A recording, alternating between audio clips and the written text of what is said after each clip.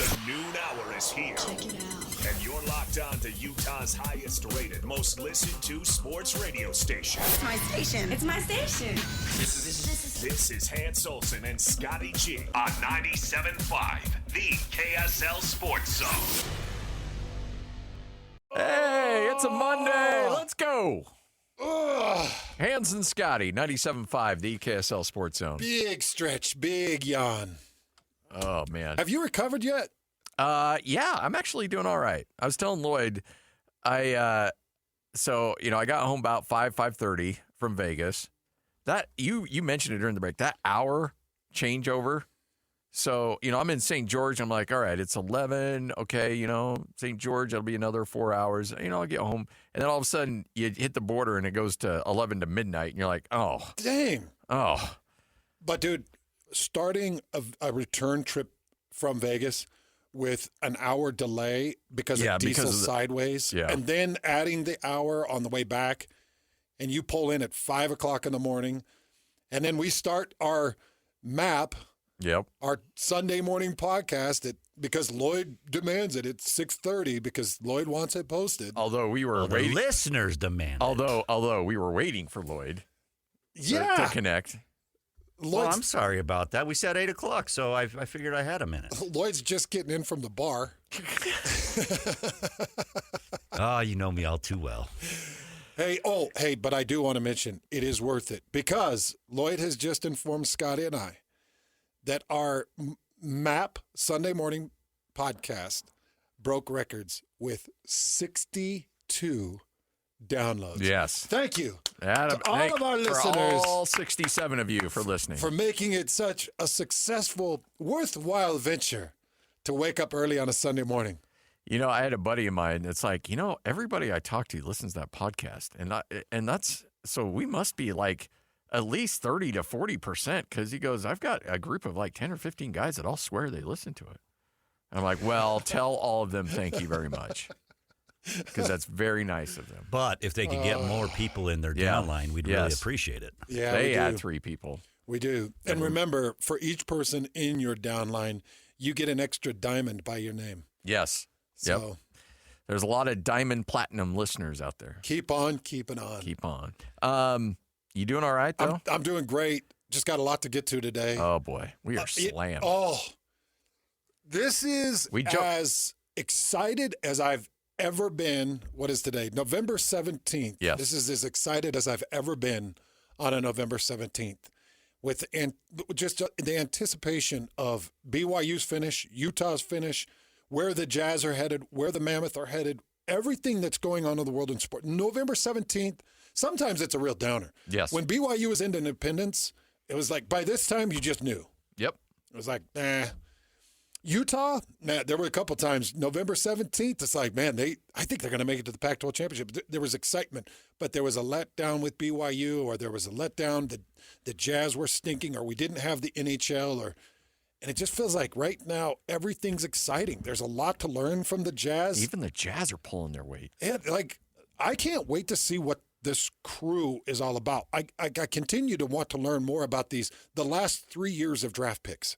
Going back to Keontae George's class, all the way up to Ace Bailey's class, everything in between, just learning about all these guys. But this Big 12 finish, should we talk about it, Scotty? Let's do it. Let's jump into this. Let's do it. Not talk wasting about the Big time. 12 finish. All right, so we'll kick off your starting lineup here in about 10 seconds. Remember, Bronco Mendenhall coming off one of the most gut-wrenching, just kick you right in the stones kind of loss. Will join us coming up in about 20 minutes from now. You'll hear from Kyle Whittingham at 2:05. You're going to hear from Kalani Sitake at 1:05. So we are packed, locked and loaded. Let's get to it. Starting lineup right now. This is Hans and Scotty G. Let's go! The lineup is set, and it's time to kick off the show with the biggest topic of the day. This is the starting lineup on 97.5, the KSL Sports Zone. All right, starting lineup right here on 97.5, the KSL Sports Zone. Well, we thought Utah would win big. We thought BYU would win big. And guess what? They did exactly that, leaving no element of doubt whatsoever. Okay, so I've done everything I can, Scotty, to simplify what is needed to finish the season for both BYU and Utah fans, okay? I'm going to make it as simple as I can possibly make it. So when you're sitting at the water cooler and you're talking to your Utah friends or you're talking to your BYU friends, I'm going to make it as simple as I possibly can. Very easy for BYU. All they got to do is win out. That's it. They're in the Big 12 championship. 2 games. Very easy. Win out, you're in the Big 12 championship. Split 1-1, you're out. You're not going to make it. You split 1-1, you're out. You will be buried behind either Arizona State or Utah. So you have to win out. And you'll be in that Big 12 championship against Texas Tech. For Utah, it's very, very simple. Very simple. Utah's got to win out, go 2-0 against the Kansas schools, and they need Cincinnati to win out. Yeah. That's it. By the way, very possible Cincinnati could win out. Now, they've lost back-to-back games, but this is a very good football team. Now, one of those teams they got to face is BYU coming up this weekend. Yep.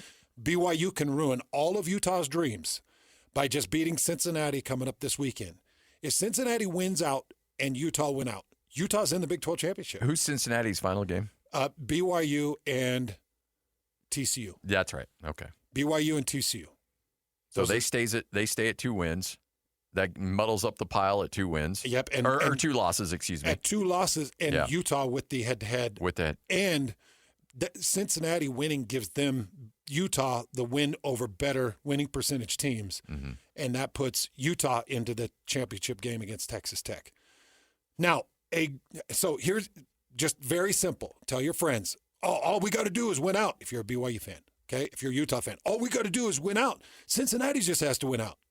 And by the way, BYU, a 2.5-point favorite coming up this weekend in Cincinnati. Like one of the first times they've been a favorite on the road. Yeah. And so a 2.5-point favorite over Cincinnati. By the way, another big noon kickoff.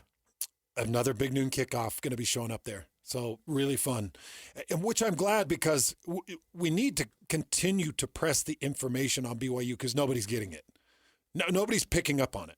And I've put together a few things today to talk about to kind of accentuate what BYU's done to this point in the season and what it would mean if they did finish 2-0 against Cincinnati and UCF. So we'll get into a couple of those things. But for Utah fans, just say, oh, man, all we got to do is win out and Cincinnati win out, which is very possible. Oh, very possible. Cincinnati's a very good team, and maybe they're just shook up and ticked off enough that they find a way to get that win over BYU, and then they would beat TCU. If Cincinnati were to find a way to get BYU, they would beat TCU. So it essentially comes down to this game, Cincinnati, BYU. It comes down to this game. Yep. BYU can end it for Utah. Yes.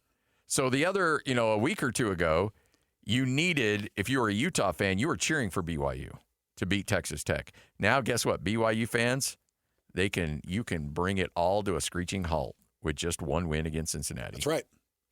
You beat Cincinnati, and it everything but wraps it up for Utah to get into the Big 12 championship. Now, there's still a case to be made.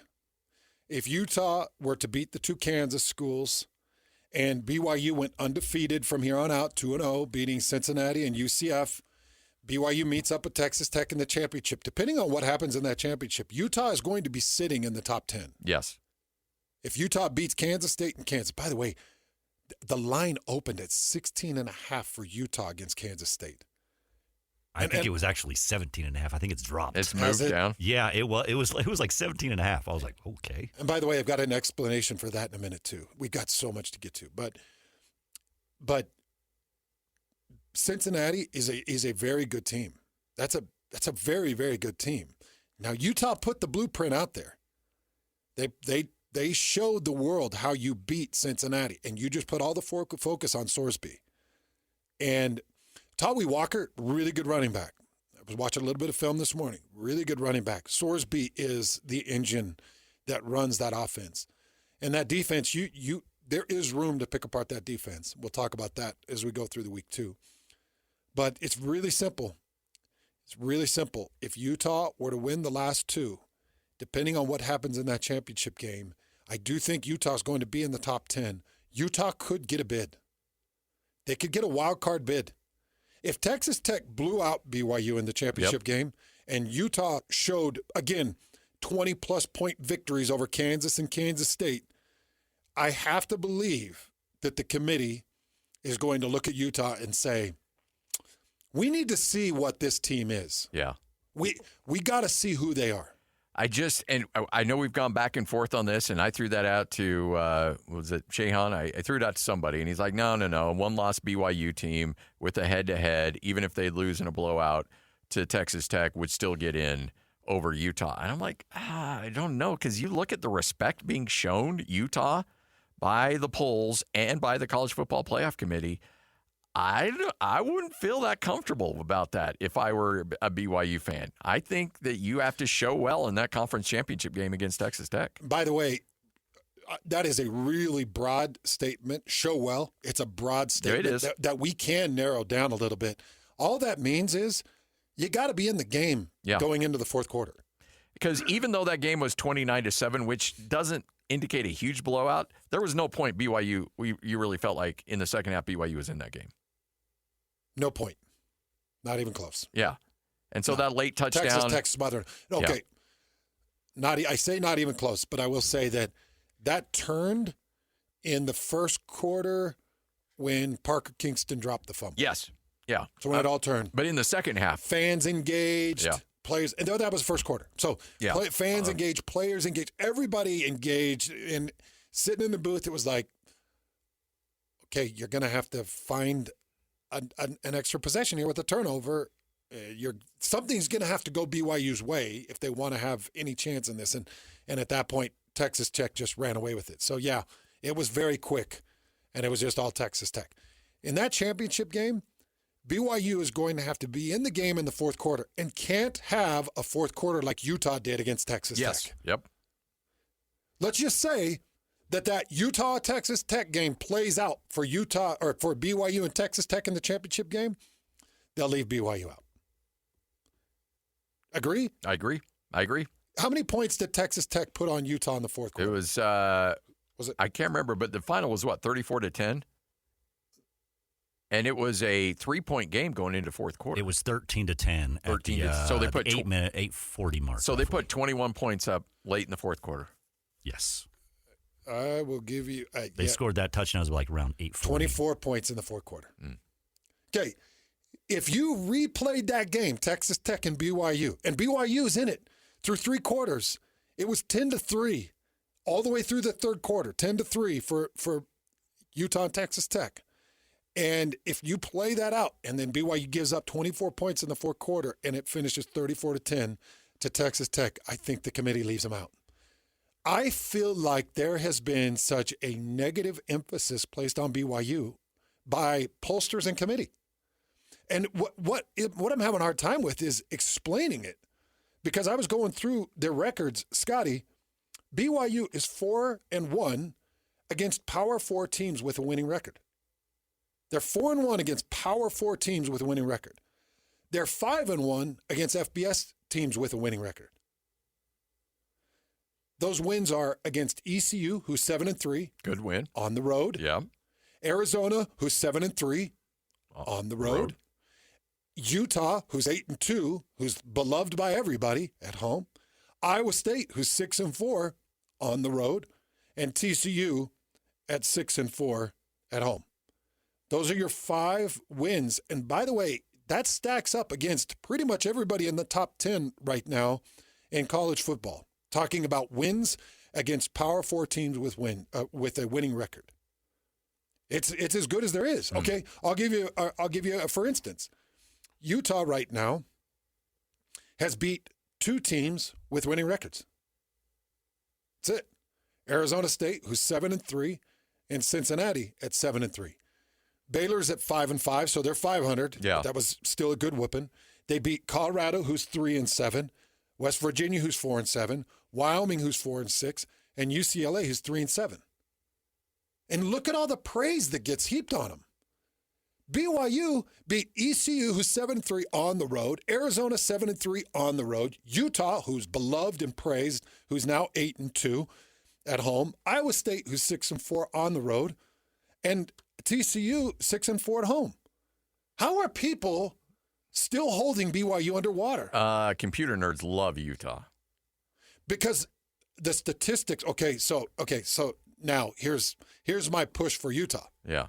Here's the margin of victories in those games. Yes.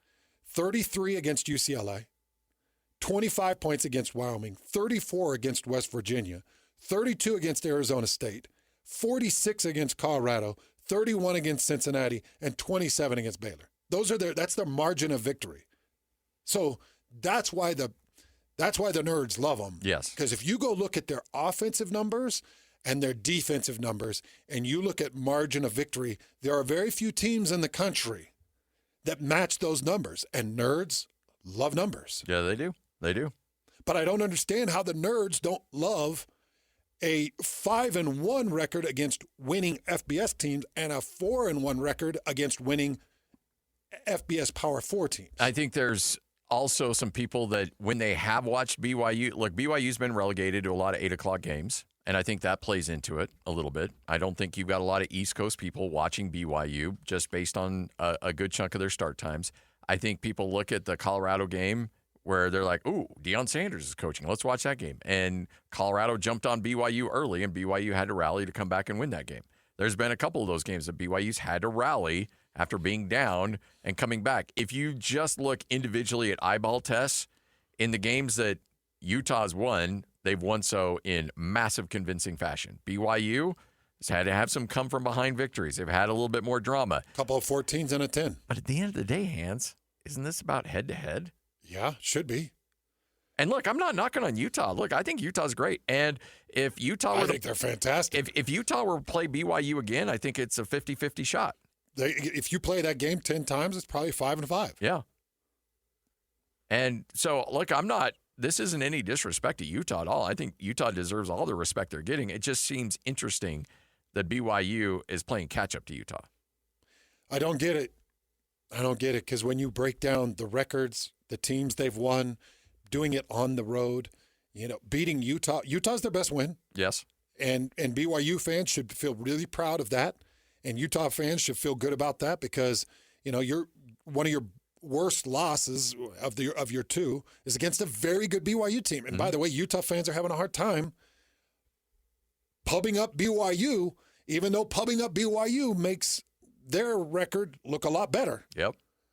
But Utah fans should be screaming from the mountaintops that BYU is a top 5 team in the country and that Utah lost to 2 top 5 teams in the country. That's what Utah fans should be screaming. Yeah. Because when it comes down to the committee picking the wild cards to push into the 12-team bracket, those two games better look pretty good for you. So if you don't make it to the Big 12 all right, so let me ask you this. If you're the college football playoff, you're sitting on that committee, is your number one priority in slotting those teams, is it we want teams in here to reward them based on what they've done in the regular season, or are you putting teams in that you feel are playing their best football going into the playoff? Well, personally, I want teams that are playing the best football. See, I do too. I want teams that can surprise some people. Yes. I want the 12 best teams playing football right then. I don't know. Does the committee go back and look at the Utah-Texas Tech game and say, Devin Dampier was not right? And it was a 3-point game in the fourth quarter. Yeah. I don't know. Devin Dampier was not right. Or do they go back and look at it and they're like, oh, my gosh, Texas Tech beat them with their backup quarterback through 3 quarters? Yeah. I don't know how the committee looks at it. Does the committee go and look at the BYU-Utah game and say, oh, man, BYU beat them with a true freshman quarterback? Or do they go back and say, we see the injury was re-aggravated in the end of the first quarter, beginning of the second quarter, and they were trying to figure out a run game? Like, how does the committee look at these things? Yeah. Because if they truly investigated, Utah with a healthy Devin Dampier, and by the way, guys, I went back and watched more of that Utah-Baylor game.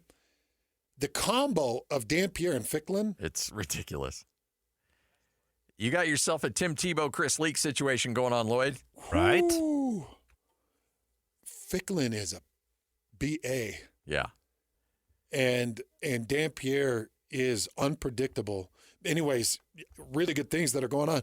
If Utah beats Kansas State and Kansas by a margin of 20+, and they don't make it to the Big 12 championship game, the committee has to look at the final 5 games and say, 46-point victory, 31-point victory, 27-point victory, a 30-point victory, and a 28-point victory. They are putting up 420 yards of offense. They're holding teams to 218 yards of offense. Didn't you say they have like the number 1 or top 5 scoring differential? Yes. Yeah, it's in the top 5. I know it's in the top 5. Because at one point last week going into that game, it was like 36-14. Yeah, 39.6 to 14.2. Yeah, there you go. Almost a 25-point differential on average. And that's a team with 2 losses. Right. That's crazy. Yep. All right, 12:27. You're going to hear from Bronco Mendenhall coming up next. Ooh, that was a rough one in UNLV. We'll break it down with Bronco now that he's had a couple days to decompress from that one. Utah State and Fresno coming up this weekend right here on 97.5, the KSL Sports Zone. Let's go! Complete game coverage of the Cougars is right here on the KSL Sports Zone. It's a huge Big 12 battle for the Cougars as they head to Cincinnati for a showdown against the Bearcats. Your home for the best coverage of Cougar football is right here on 97.5, the KSL Sports Zone. This is Hans Olsen and Scotty G, presented by Mountain Land Supply on 97.5, the KSL Sports Zone. Woo! Hans and Scotty, 97.5, the KSL Sports Zone.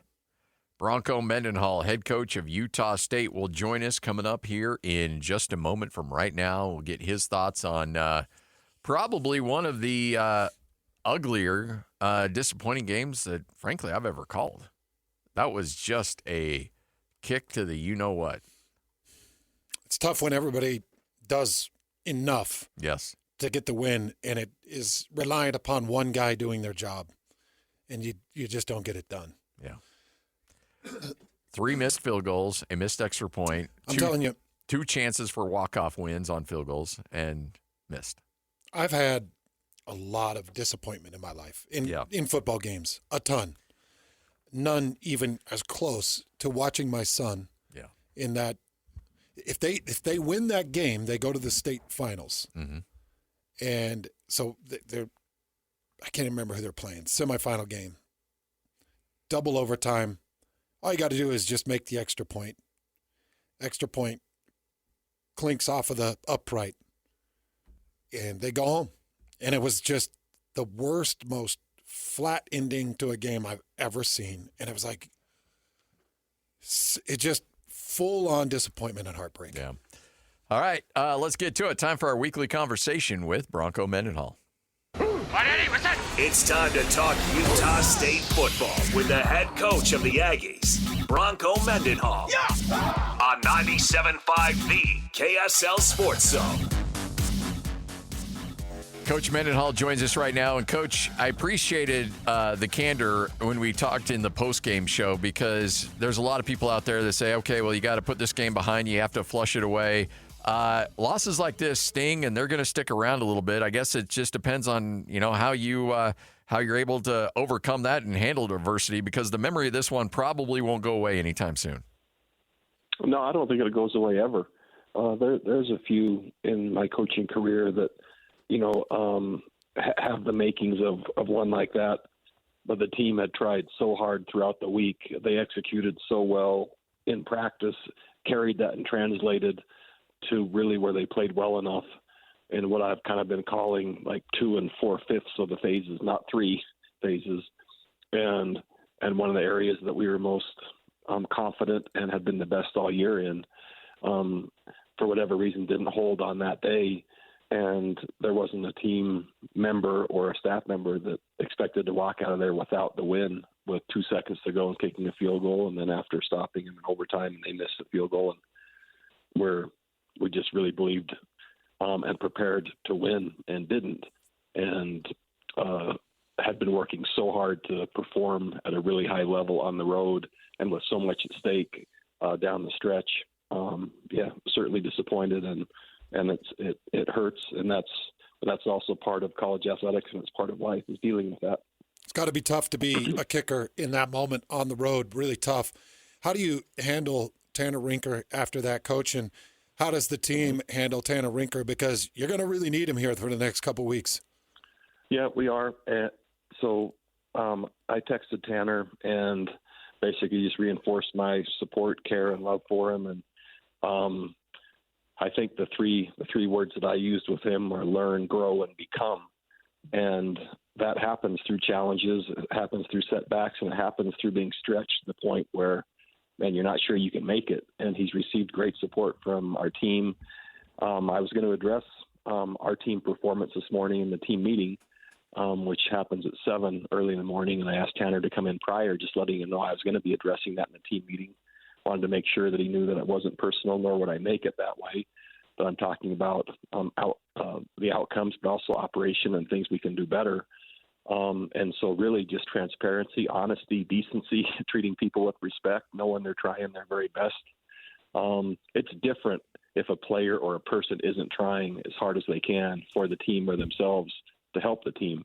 When they are and they possibly fall short, that's a completely different correction style, and that's this one. There's just respect, there's love, there's diligence. Now there's the focus on what can be improved and what possibly went wrong, and then you just simply move forward. And that would be the same if it was a quarterback, a corner, an offensive tackle struggling in protection, whatever. That just happens to be probably in those settings the most visible position in sport when the game's on the line, and much like a free throw shooter, except probably even bigger stakes. Yeah. I don't think it's possible for Bryson Barnes to give you more than what he's already given you. He's just gutty, heroic, whatever words you want to use, really encompasses how well this young man's playing right now. I think both those words are accurate. I don't think I've seen a player that is trying as hard, is giving as much, is getting up from so many hits, is carrying the load, is scrambling, is diving for first downs, scrambles and slides to give us the ball right where we wanted it to kick a field goal to win the game. After a quarterback draw at the 7-minute mark in the fourth quarter to put us ahead, and the number of hits, the amount of shots, I don't know how he continues to just get up off the mat and go, and it's inspiring. Right, I'm the older of the two of us, and he and I, and yet I feel like I learn and grow, and just in the sense of what someone can really accomplish when I watch him and being around him. What a joy to be his coach. So Bronco, just shaking off this game and getting ready for Fresno State and getting ready for the finish of this season, how do you address the team and make sure that this game doesn't linger? Because I remember, for me, these were tough for me personally, just talking from a personal standpoint, really tough for me to shake off. Yeah, it's tough for grown-ups too. So I still have residue. I'm shaking, but it's still in there, and so I acknowledge that with the team. It's not going away right now, and it's not going to go away this afternoon. And when we start our walkthrough and Fresno State meetings this evening, it'll still be there. And yet it has to stop there. And so really, to your point, the more we engross ourselves and immerse ourselves in the next opponent, it goes dormant for a while. It doesn't mean it goes away, but it goes dormant because it's overlaid by the next priority, and the priority that gives us our best chance to finish the season the way we want, and to have the exact best chance to play well on the road and against another good team. And so the more it does linger, the more it gets in the way of that. The team knows it. I know it now. Executing against it is just the brutal fact of doing it. And I call it out when I see it in practice. I prepare the team for it. I look for signs in body language. And it's just matter-of-factly taken head-on, no matter how difficult it is. When you're in the course of a game and you see body language that may be not where it needs to be, how do you address that mid-game? But really difficult, and rarely does it change mid-game. Just simply encouragement. Now, if it happens to be maybe a few times in my career, there might have been someone disgruntled or angry or whatever. That's a different conversation. That's more emotional. That's more confrontational. That's more correction. Sometimes it's just, possibly sadness or lack of confidence, or someone's a little bit flat. and that's, obviously more encouraging. Rarely does it change in that moment. Yeah. There's teachable moments, and you can see them on film or you talk about them after, but rarely does it ever just immediately become fixed if it's happening during a game, in my experience. Well, this is a really good Fresno State team you're getting ready for, and good quarterback and really good running backs, kind of a two-headed monster. They've got some good wins, beating Oregon State, got the win over Hawaii. They beat up Boise State pretty soundly. They've played a couple of good weeks back-to-back. So Fresno State, couple areas that that you got to get ready for taking on the Bulldog this weekend. Significant change for them offensively. They changed quarterbacks about 4 weeks ago. Focus on the run game increased exponentially. So they're playing a style of football where it's ground game based, supported by really strong defense that's not having to play a lot of snaps but plays physical to match that style. They're playing low scoring games, physical, tough, run, some play action to complement that. But you're really playing a collective style of football where they love contact, they love physical play. And the game against Boise, they beat them 30-7. And usually in the second half is when you see runs start to spurt and go for 40 or 35 or 50 as opponents wear down or just don't have the stomach for the gap integrity needed play in and play out to keep playing that style of football against them. And they're comfortable and confident doing that. But that style has shifted significantly through the course of the year from throwing it in a more balanced approach in the last 3 weeks. They've, I think, just found the identity they want to go down the stretch with to try to win the conference. You and I, we talked a lot on coaches' shows and after games, and you brought up complimentary football a lot. And I thought in that game against UNLV, when you're playing a really explosive team, I thought your offense put together a few really good, long, time-consuming drives. I think defensively, you held UNLV to long drives that ultimately ended in field goals more often than not. In terms of the complementary football aspect of that game, did that grade out the way that you had hoped to going into it? It was the best by far of the season, and it was by design. We knew offensively, I'm talking about our offense, we've been dynamic, we've been able to score, but we haven't been able to control a game. And that's really been by third down execution. And so we targeted third down execution at a really high level. That allowed us to control more of the time in between the explosive plays that we have. Defensively, we held UNLV to 23 points. That's the fewest points they've had all year against any opponent. And in 29 total, even in double overtime, which is still fewer than any point total they've had all year.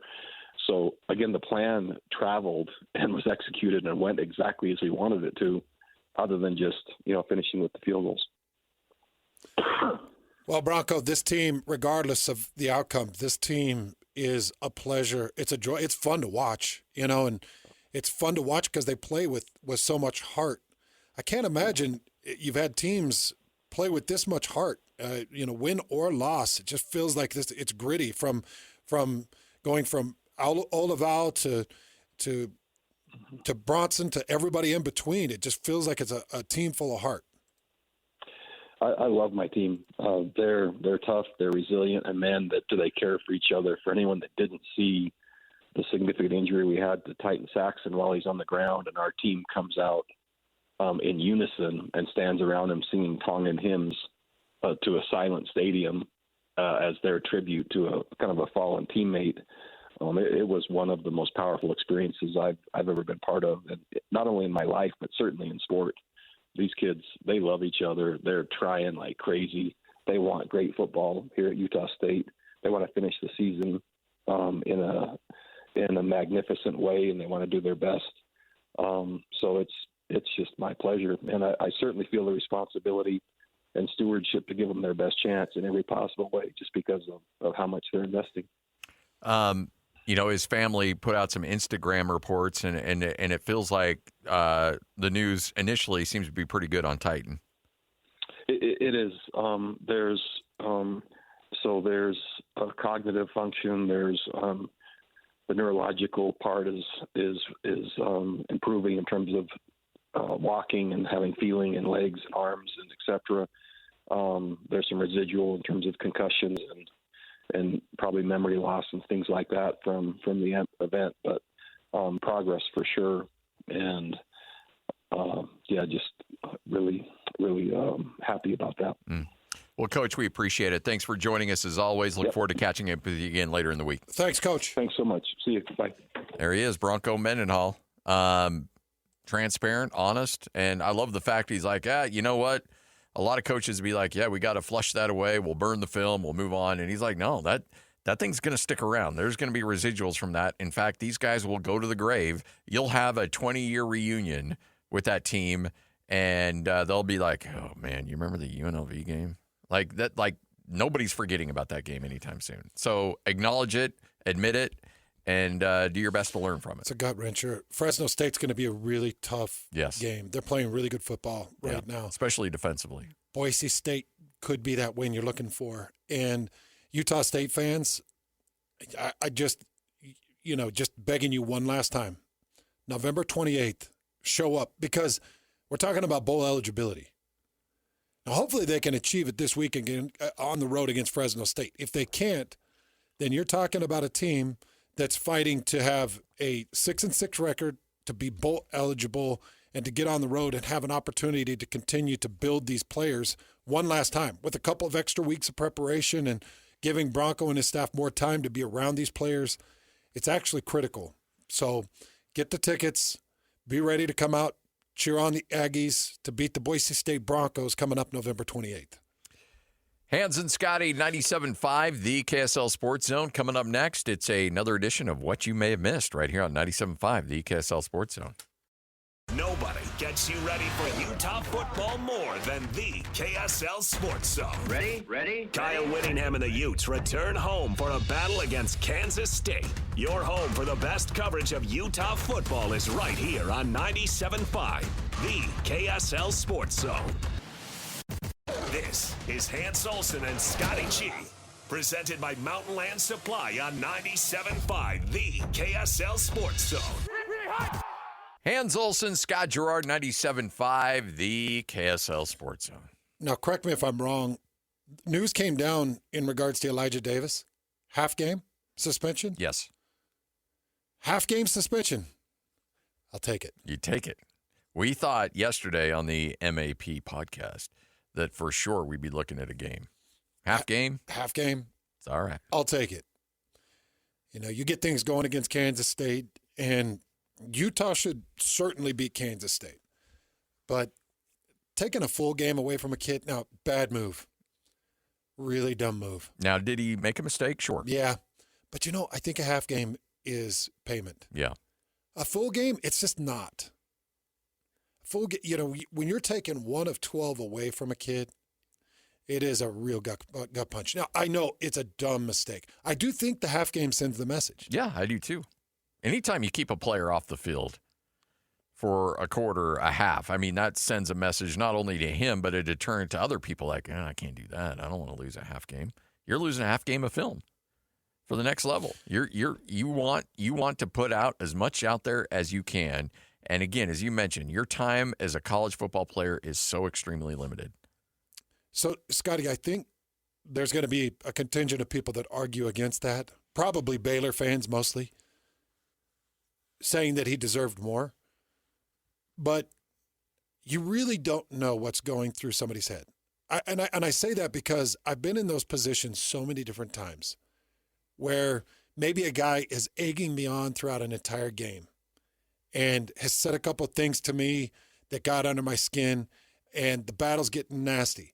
I do want you to understand that when I throw an open hand palm at your face mask while you got a helmet on, I want you to understand, Scotty, I'm sending you a message, but it's not what people think it is. People go really hard at players that throw a fist or an open palm at a face mask. I know when I throw that at your face mask, I know that face mask is going to guard your face. Yeah. But it's also sending you a message of, I'm sick of you. I am sick of you. But here's this palm to your face, and I'm hoping your mask kind of bumps you on the chin, and I'm hoping that this rings your ears. But this isn't I'm not pulling a knife on you. I'm not pulling a gun. I'm not punching you square in an unprotected jaw. Yeah. I'm just sending you a message. So, and by the way, I'm not here to defend anybody. I'm just here giving you what my take as a football player was when I would hit somebody with an open palm and a face mask, which I did many times in practice.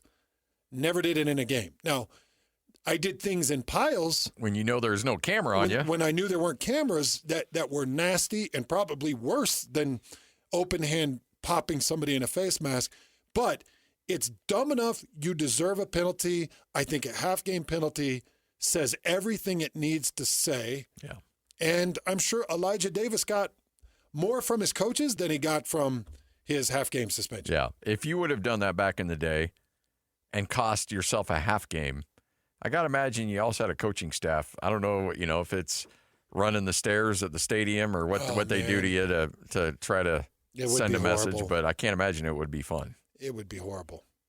I mean, even when you did it in practice during fall camp, when you were just so sick of a fat pig offensive lineman holding your jersey that you just wanted to swing and try to make their face mask hit their nose.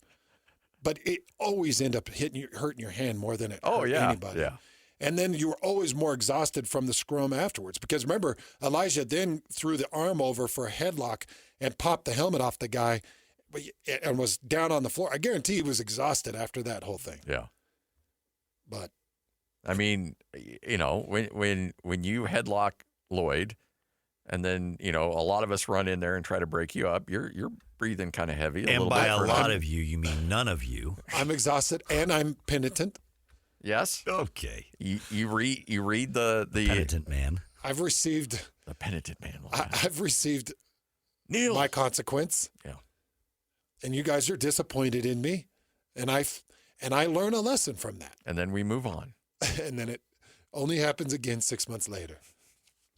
All right, 1:00 straight up. Hans and Scotty, you're going to hear from Kalani Sitake straight ahead right here on The Zone.